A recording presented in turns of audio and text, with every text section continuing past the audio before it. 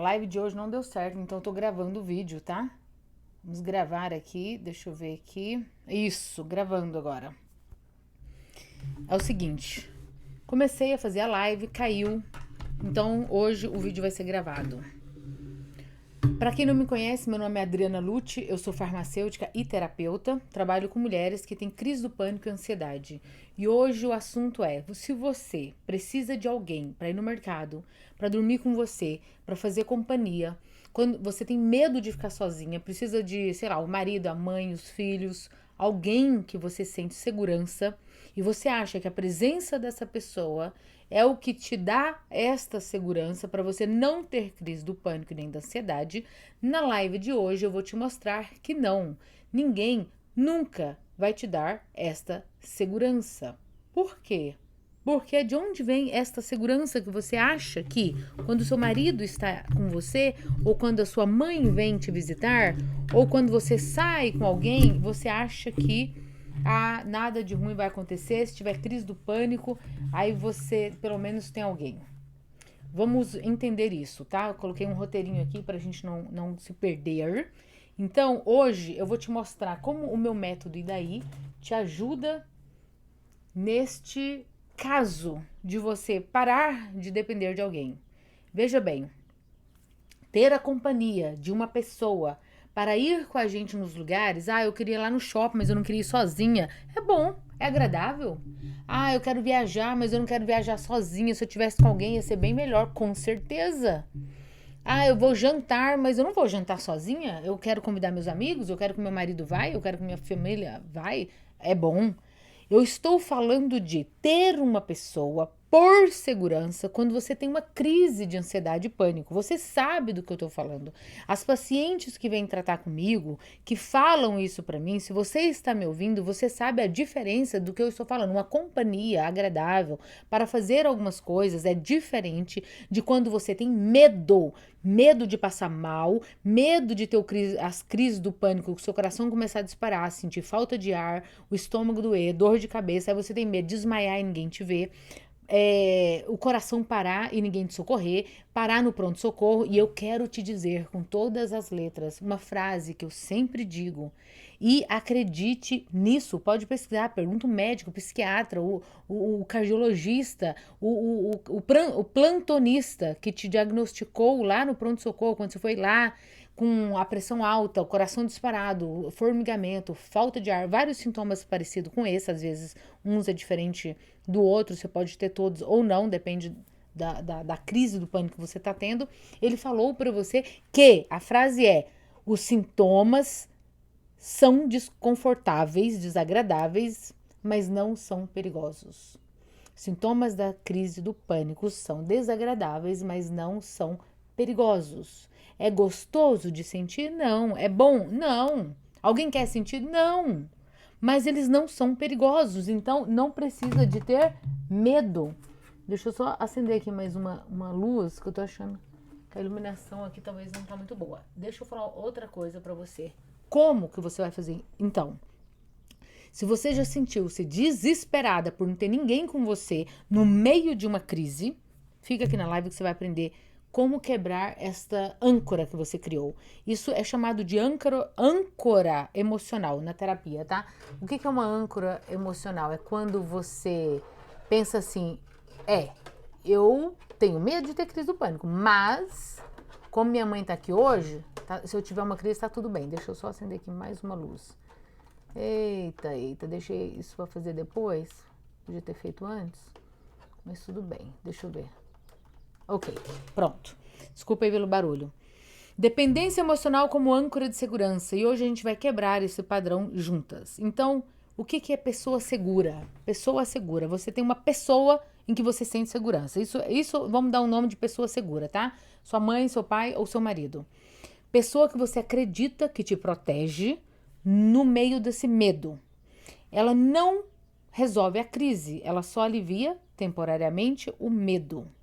Você tá com medo de ter uma crise, mas por segurança, como tem alguém por perto, você acha que você tá protegida. Deixa eu te contar por que não. Isso só reforça o seu padrão de pensamento de evitação, ou seja, Presta atenção, quando a gente tem crise do pânico, uma atrás da outra, várias vezes por semana, de manhã, de tarde, de noite, às vezes para um pouco, você pensa, ai, melhorei, graças a Deus, mas aí vem de novo, é porque você está presa num ciclo. Você ficou tendo sintomas físicos, os sintomas físicos te levou a um pensamento que te leva a uma emoção que aumenta o seu medo, que aumenta o sintoma físico. Desculpa, eu até escrevi aqui, ó.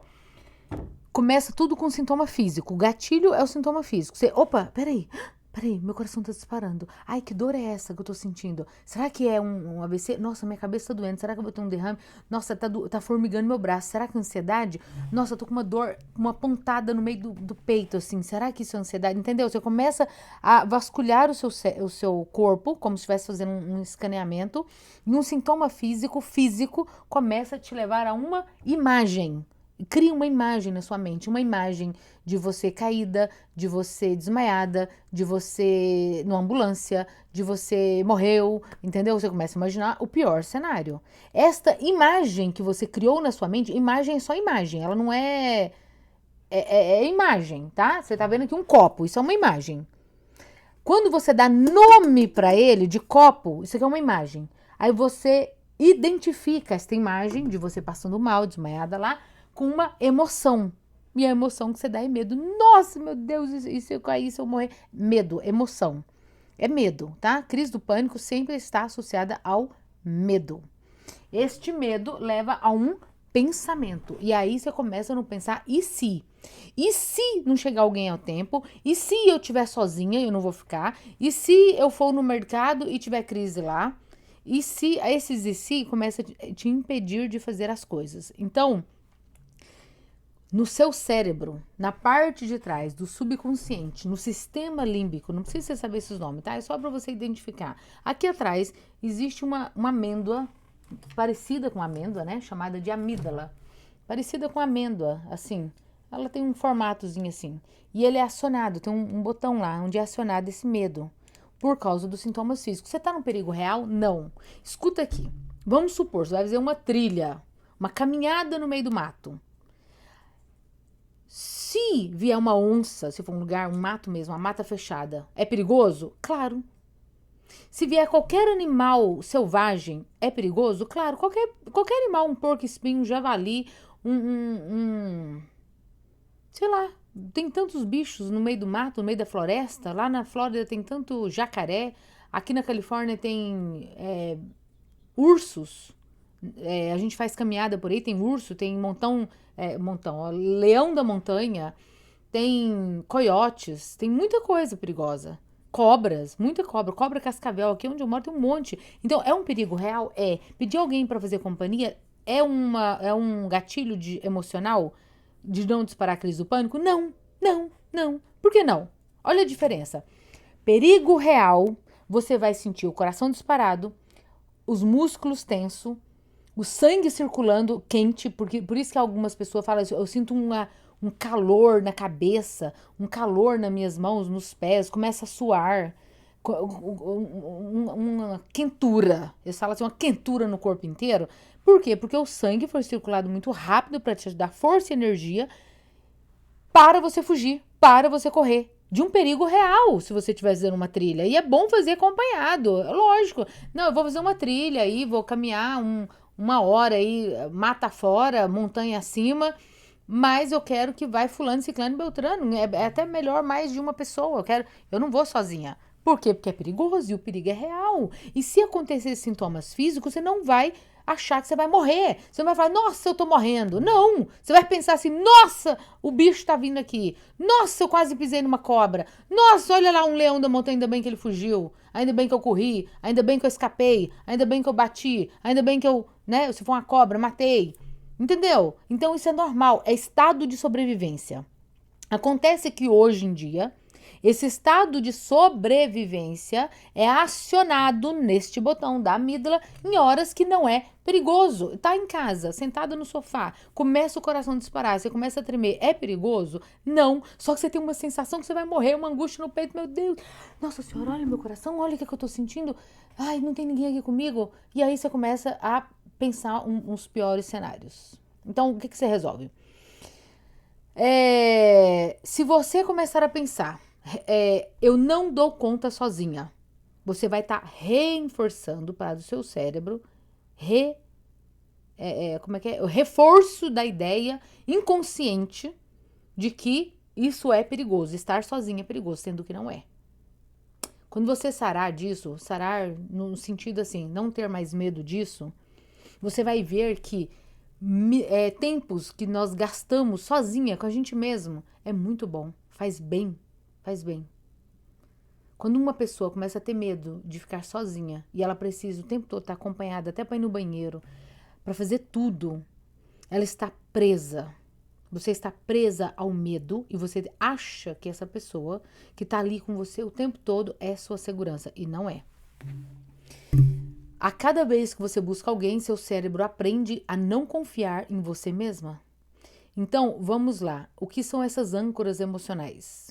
A definição de uma âncora emocional é o seguinte: é um gatilho de alívio associado a uma pessoa, a um lugar, objeto ou ritual. Pode ser também um objeto. Um objeto, por exemplo, se eu estiver sozinha, mas eu estiver com a minha. Pode ser até a Bíblia. A Bíblia não é para servir como um objeto de ritual, do tipo um amuleto, uma coisa da sorte. A Bíblia é um composto de 66 livros, e nesses livros tem histórias de fé, histórias que nos encorajam, histórias que nos ensinam uma lição. Mas simplesmente o fato de você pegar nela, segurar ela, carregar ela, ela não te protege. Ela não é uma mulher de proteção. Isso é superstição. Você tem uma garrafa de água, eu preciso de uma garrafa de água. Se eu não tiver essa garrafa de água, eu vou ter uma crise do pânico. Isso é uma superstição, é um amuleto. Você pode ter uma garrafa de água, não tem problema nenhum, desde que ela não seja do tipo assim, se você não tiver e tiver uma crise do pânico, aí você pensa que você vai morrer por causa disso. E você não vai. Então, sair de casa só com alguém, só dormir com a televisão ligada, só ir ao mercado se for com o marido, tudo isso é um tipo de alívio que você busca. É um amuleto, é uma âncora, é um negócio assim, eu só faço se for assim, porque senão vai acontecer uma coisa ruim comigo. E eu vou te ensinar como que você para com isso, porque não vai acontecer uma coisa ruim. Por que que essas âncoras são perigosas? Porque elas parecem te proteger, mas mantém o medo vivo. Você já viu que você não perdeu o medo, mesmo colocando essas âncoras de segurança? Você não perdeu o medo. Por quê? Porque se a pessoa sair, você volta o medo. Porque se a água não estiver lá na garrafinha, você volta o medo. Porque se o remédio não estiver dentro da bolsa, você volta o medo. Então ela não te ajudou. Ela estava ali, foi temporário, e você achou que, tendo o remédio dentro da bolsa na hora que você sai, você não vai ter crise do pânico. Sendo que não é verdade. Quantas vezes, mesmo com a pessoa, mesmo com a água, mesmo com o remédio, você teve crise? Você sentiu ansiedade e foi embora para casa correndo. Foi para o pronto-socorro. Por quê? Porque isso daí não é uma solução. Vou te mostrar a solução. Ver se dá tempo aqui, né? Porque é bom fazer terapia, aprender um monte de coisa. E não ser dependente do terapeuta também. O que acontece quando você depende de outra pessoa? Você não fortalece sua confiança interna, você limita a sua vida, só vai onde pode ter apoio e você vive com medo da pessoa segura não estar disponível. Eu vejo muito isso em pacientes que o marido viaja. Ela fala assim: que meu marido viajou essa semana e eu chamei não sei quem para vir comigo, para dormir aqui em casa, para ficar comigo, minha mãe. Aí você tem medo de essa pessoa não estar disponível. E veja bem, no mundo que nós vivemos hoje, a gente sabe, assim, todo mundo tá ocupado, cuidando da sua vida. Cada um tá cuidando da sua vida. As pessoas podem até te visitar, fazer uma companhia por algumas horas. Agora, imagina você depender 100% de uma pessoa o tempo todo. Aí você vai trocar de pessoas. Não, essa daqui não pode hoje, mas vai vir amanhã. Escuta, você não tem uma limitação física. Se você não está precisando de alguém para pôr comida na sua boca, para dar banho em você, se você não é cadeirante, se você não sofreu um acidente que está engessado, enfaixada, se você está hábil para caminhar, andar, tomar banho, trocar de roupa, fazer comida, comer, limpar a casa, etc., essa prisão mental tem que ser libertada.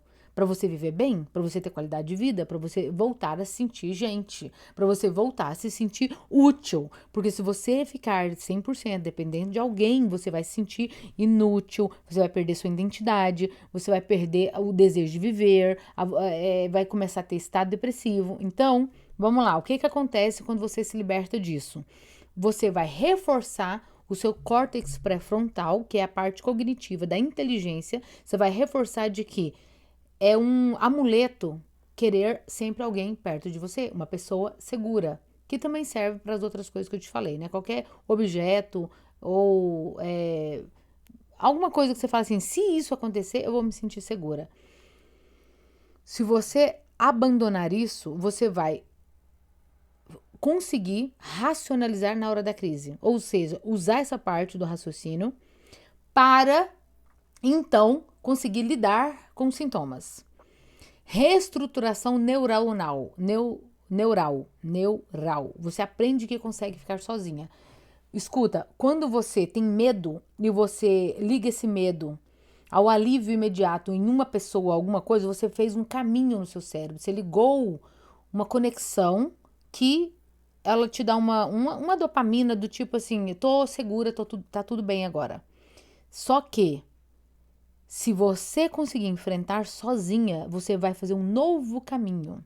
E o cérebro vai falar assim, olha, eu fiquei sozinha, não tinha ninguém, os sintomas não vieram e não aconteceu nada de ruim. Ou seja, eu posso ficar sozinha.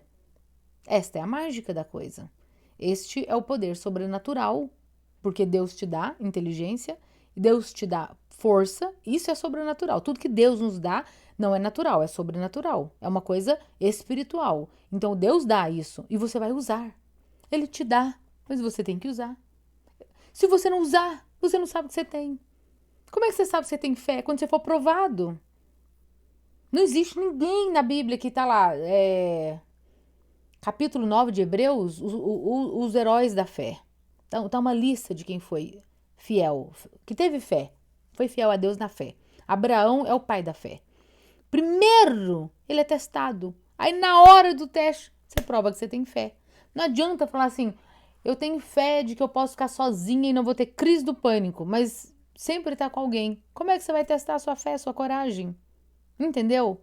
E se você testar, você vai ver que você tem coragem, que você é corajosa, porque Deus te deu. Você tem uma estrutura física igual todos os seres humanos. Quando Deus criou Adão e Eva, ele criou nós todos assim, as mulheres, os homens, a quantidade de neurônio, como que esse sistema de respiratório é igual de todo mundo. Aonde no cérebro é ativada a nossa respiração, o nosso batimento cardíaco é igual em todo mundo. As células, com a troca de oxigênio, como é formada a hemoglobina, a célula vermelha, o osso, a pele, é igual em todo mundo. Então, sendo assim, Deus sabe como que isso funciona. E ele falou, seja corajoso. Isaías 41:10. Vai lá e lê depois.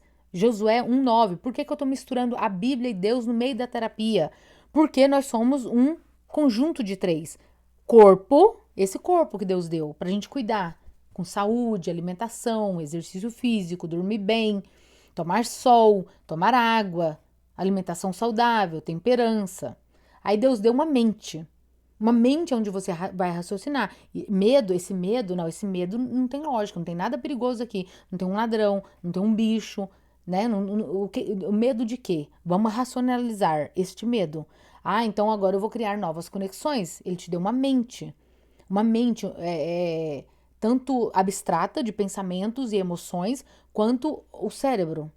E problemas de transtorno de ansiedade generalizada, transtorno do pânico, transtorno de obsessivo compulsivo, são vias de emoções e comportamentos que podem ser moldadas. Não é uma doença física. Ela é muito diferente de uma doença psicótica, eu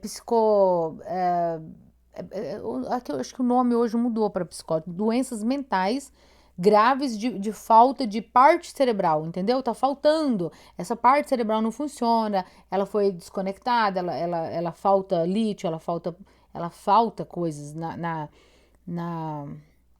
esquizofrenia, na bipolaridade, no TDAH, falta as substâncias neuronais cerebrais. Apesar de no TDAH pode ser comportamental, você conseguir lidar com ele só com alguns tratamentos naturais, sem precisar exatamente ir para medicação, tá?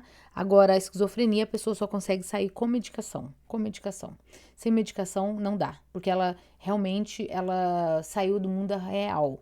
E você tem medo disso. Quem tem transtorno de ansiedade e pânico tem medo de estar ficando louca. Tem medo desse problema virar uma doença mental e a pessoa perder a lucidez e se tornar louca. Isso não acontece. Isso não acontece. Uma coisa não leva a outra. Isso não leva a isso. Uma coisa é esse problema. A esquizofrenia é um problema. O transtorno de ansiedade e pânico é um problema que não se torna uma psicose. Ele não se torna. Ou a pessoa já tem uma psicose, ou ela tem transtorno de ansiedade e pânico. Entendeu? Então tá, então vamos lá. Qual que é o desafio que eu proponho para você hoje, pra gente terminar a live? Hoje, ou amanhã, né? Hoje talvez já tá tarde quando você assistir esse vídeo.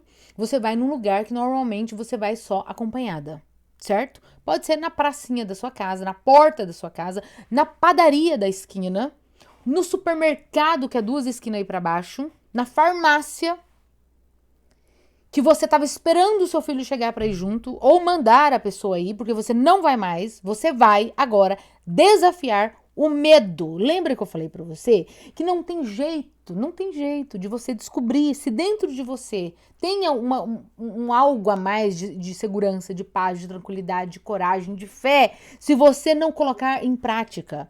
Não tem jeito. Por isso que lá na Bíblia fala assim que primeiro Moisés colocou o pé no Mar Vermelho para depois o mar se abrir.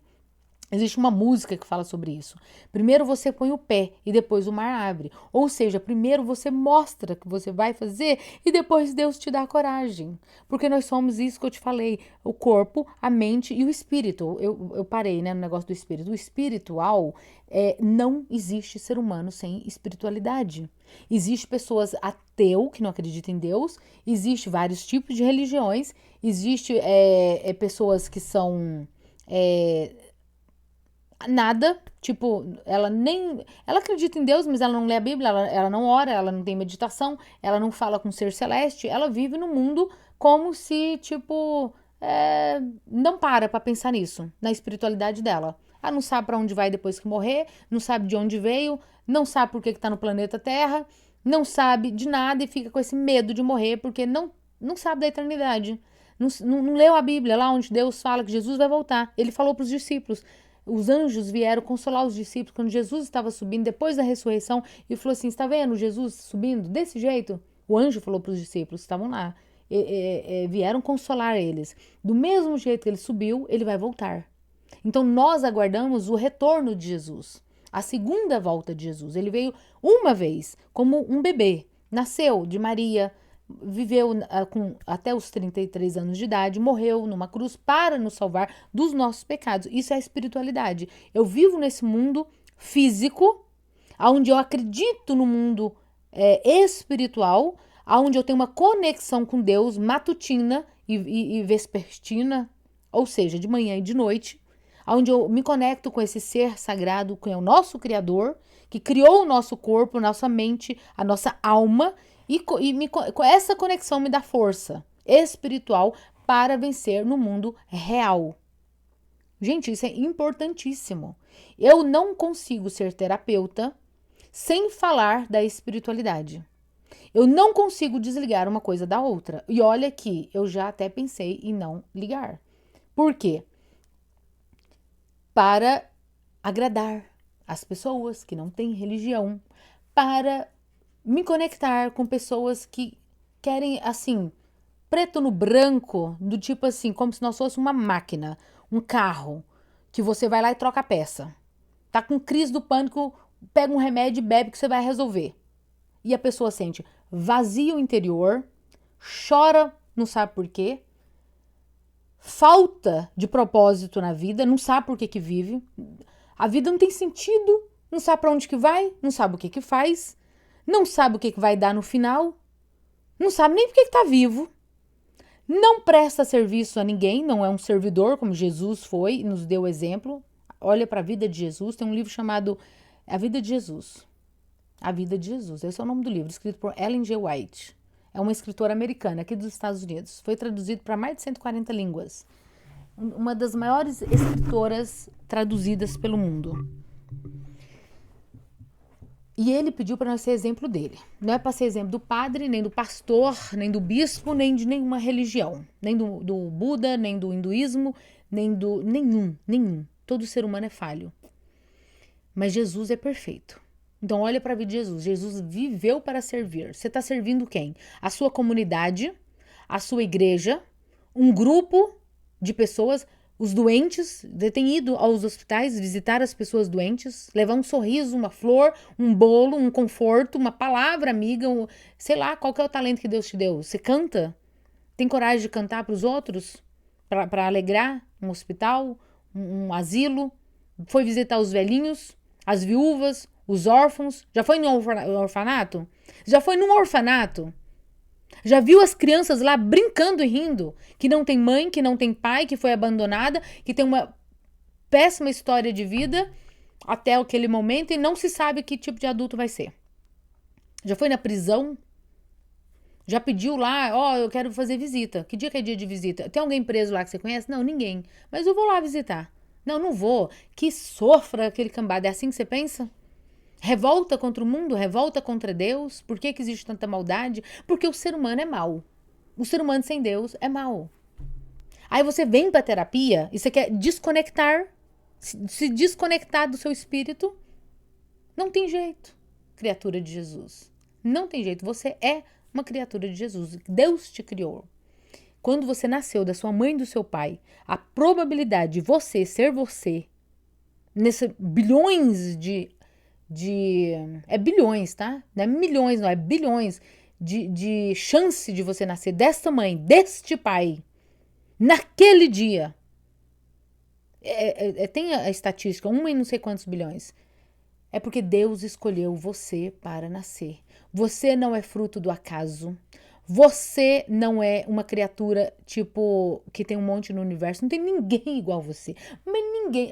As digitais dos seus dedos são únicas. A íris do seu olho é única. A forma da sua personalidade juntada com seus ancestrais de mãe, ancestrais de pai, há várias gerações, é única. Então a forma de você passar pela crise de ansiedade e o pânico, por mais que seja comum, vários sintomas físicos, o comum que eu trago aqui, por que eu consigo falar essa linguagem que várias pessoas se identificam? Porque é comum do ser humano o comportamento do tipo, todos têm fome, todos têm sede, todos precisam de dormir, todos precisam de sol. Isso é comum de nós seres humanos como seres viventes. A parte do cérebro que funciona os nossos órgãos vitais, como eu disse, é igual. O osso é igual e é formado igual e é cicatrizado igual. As unhas crescem iguais, precisam do mesmo nutriente para todo ser humano. O cabelo precisa do mesmo nutriente. A terapia está envolvida nisso porque não tem como desconectar. Se você não concorda, procura outro tipo de terapia. Tem terapia Reiki, que eu não conheço direito. Como é que é? RPG. Reprogramação, que eu também não sei o nome. Tem de cristais, tem de tarô, búzios, espíritas. Tem muita gente, tem muita. Agora, o que eu faço? Eu faço uma terapia baseado na Bíblia, no que Deus nos ensinou, nos remédios da natureza, os 8, diga-se de passagem, são 8 remédios naturais que eu falo, vou falar de novo para você aqui agora, ó. Mas além da tarefa, né? Eu falei para você, qual que é a sua tarefa? Ir para um lugar sozinha, que você costuma ir só com alguém, ou parou de ir e pede os outros para ir lá. Você vai enfrentar. Quando você enfrentar, você vai sentir tudo que vier. Sinta tudo que vier. Sinta o medo, sinta as pernas bamba, sinta o coração disparado, sinta os tremores. Isso não vai durar mais de 10 minutos. Não vai durar mais de 10 minutos. Não vai durar. Por que não vai? Por quê? O sistema límbico da amígdala, que dispara o medo, que libera adrenalina e cortisol, tem um tempo de vida na corrente sanguínea. Ela se liga às células, preparando você para fugir do perigo. Quando você não fugir, não correr, não evitar, o seu cérebro vai falar assim: ei, ela não está em perigo, vamos abaixar essa adrenalina. A adrenalina vai baixar, o cortisol vai baixar, seu coração vai voltar ao normal, sua respiração vai voltar ao normal, suas pernas vai parar de ficar bamba e você vai voltar ao normal em poucos minutos. As minhas pacientes, só de escutar minhas lives e seguidoras também, né? E colocar em prática o meu método, e daí elas agora, quando começa a vir uma crise do pânico, quando o coração começa a disparar, começa a ter medo, dura segundos. É tipo assim, coração dispara, nossa, olha, parece que eu vou ter uma crise. Você sente ela. Você vai aplicar o método e daí, que é enfrentar o medo, envolver-se no seu tratamento. A letra D, desafiar o medo do tipo assim, pode vir medo, pode vir quente que eu tô fervendo, entendeu? Pode vir medo. Eu não tenho medo de você. Do medo, que vai te dando, aquele medo de morrer, aquele medo de não sei o quê. Não fica pensando no e se. Você vai pensar no e daí? E daí? E daí? Se acontecer isso, aquilo. Responda a cada pergunta. E daí se você cair? Uma hora você vai levantar. Porque não são perigosos. Os sintomas, eles são desconfortáveis, mas não são perigosos. Não são psiquiatra, médico, todo mundo sabe. Não são perigosos. Eu preciso terminar a live que eu preciso buscar meu filho. Deixa eu terminar. Aceitar os sintomas. Aceite, não negue. Aceita, meu coração tá disparando. Aceita, o coração normal dispara. Tô com falta de ar. Não é você que respira. É o sistema aqui atrás do córtex, da tronco cerebral. É ele que ativa a nossa respiração. Você não pensa para respirar. Você pode usar a respiração nessa hora. Segurando, puxa o ar, segura e solta. Lentamente, como se estivesse soprando por um canudinho. Puxa pelo nariz, pelos dois narizes. Profundamente, segura, segura, segura e solta. Repita isso umas 5 vezes a 10 vezes. Você vai acalmar o seu sistema simpático, ativando o seu parasimpático, tá? Que é o sistema de calma e tranquilidade. Você vai ficar até meio tonta, vai ficar até meio zonza, assim. Mas logo passa. Vai ativar a calma. Vai mais rápido, o coração diminui os batimentos cardíacos. Vá sozinha, sinta tudo que vier, repita mentalmente: isso é desconfortável, mas não é perigoso. Isso é desconfortável, mas não é perigoso. Outra tarefa: liste quais são as suas âncoras emocionais. Faz uma lista, pega um caderninho agora e anota quais são minhas âncoras emocionais. O remédio, a água, o telefone. Eu preciso ter um telefone. Se eu não tiver o celular perto de mim, eu posso ter um ataque. Sendo que não é. Telefone não é segurança. Não. Pessoa é segurança? Não. Se você pensar bem, você vai ver que não tem segurança, hipótese alguma, mesmo que tiver alguém, ainda não é 100% você tá segura, ok? Só pensa nisso. Quem são? Onde estão? Em que situações você acredita que não dá conta sozinha? Escreva essas perguntas, tá? Pergunta número 1. Lista quais são as suas âncoras emocionais, tá? Lista quem são eles, aonde que estão, é minha garrafa d'água, é meu celular, é onde estão, tá? É minha mãe. Em que situações você acredita que não dá conta sozinha? Não dou conta sozinha quando vou no mercado, ainda não dou conta, não dou conta de ficar no restaurante, vai anotando, reflita. Aí depois que você anotar isso, vai refletir. O que você está tentando evitar, sentindo-se segura com alguém? O que você está tentando evitar? Desmaiar? Morrer? Você acha que se alguém estiver lá, você não morre? É isso? Se o fulano estiver, eu não vou morrer. O que você está tentando evitar? O que você está tentando evitar sentindo-se segura com alguém? Desmaiar? Parar de respirar? Pensa. Que parte sua ainda acredita que não é capaz? Qual a parte? A parte do seu coração? A parte da sua respiração? A parte das suas emoções? Do medo? Então, a pessoa segura nunca te salvou. Ela só te trouxe conforto temporário. O que te salva é a sua escolha de ficar e atravessar o medo.